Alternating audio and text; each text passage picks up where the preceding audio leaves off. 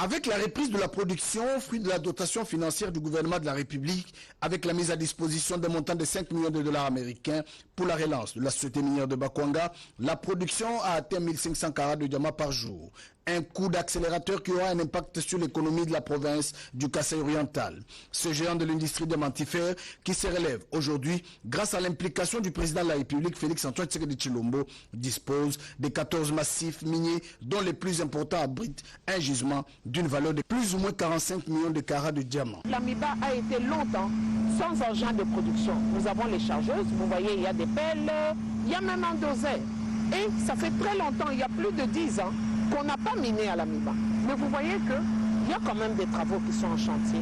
Le Kasaï oriental dépend majoritairement de la production de l'Amiba et l'économie de la ville de Mbujimaï subissait de plein fouet les contre-coups de l'inactivité de la société minière de Bakwanga. Et heureusement que le président de la République, Félix-Antoine Tshisekedi Tshilombo, y pense chaque jour pour que cette entreprise, jadis fleuron de l'économie kassaïenne, puisse retrouver sa place dans le temps.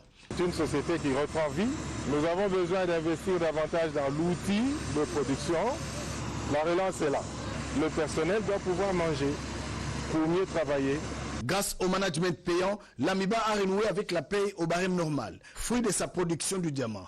À ce jour, 30 000 carats sont en réserve. Pendant ce temps, 231 retraités MIBA ont reçu leur brevet de prestations sociales, une première depuis plus de 20 ans. Occasion donnée au directeur général de l'Amiba, Paulin Lukusa, de rendre un hommage mérité au président de la République, Félix Tshisekedi. Grâce à lui, l'Amiba renoue avec de bonnes habitudes. Une reconnaissance pour ces retraités qui ont consacré toute leur vie à produire le diamant à la société minière de Bakwanga. La paix sociale est un gage pour une bonne production. Cap vers la province du Katanga, une partie de la ville de Lubumbashi s'est retrouvée dans le noir suite au sabotage des pylônes par les inciviques. Consciente de la souffrance de ses abonnés, la SNEL SA s'est vite lancée dans les travaux de remontage des pylônes endommagés. Cédric Kenine a commenté le reportage de notre envoyé spécial sur place, Makuntima.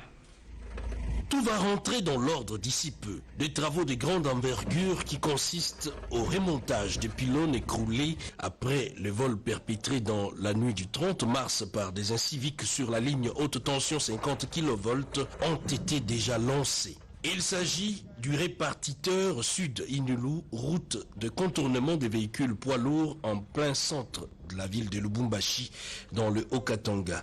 En ce qui concerne la nature de ces travaux, juste après l'excavation pour enfouissement de base de nouveaux pylônes venus de l'Ikassi, les techniciens de la SNEL SA vont procéder au remplacement des conducteurs électriques en cuivre soustraits par ces inciviques par ceux en aluminium.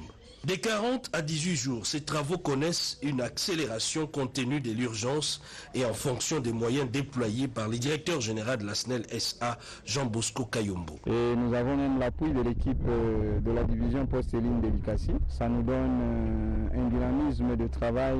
Pour sauver ce qui peut l'être, les installations de la régie des eaux, de la prison et du site universitaire plongés dans le noir, ces sites sont provisoirement alimentés en bouclage. Nous nous sommes servis de certains fidèles qui alimentaient d'autres clients et que nous avons mis en surcharge, ne fût-ce que pour permettre l'alimentation de 3 sites pour des raisons stratégiques et des raisons de santé, sécurité sanitaire que nous avons alimentés.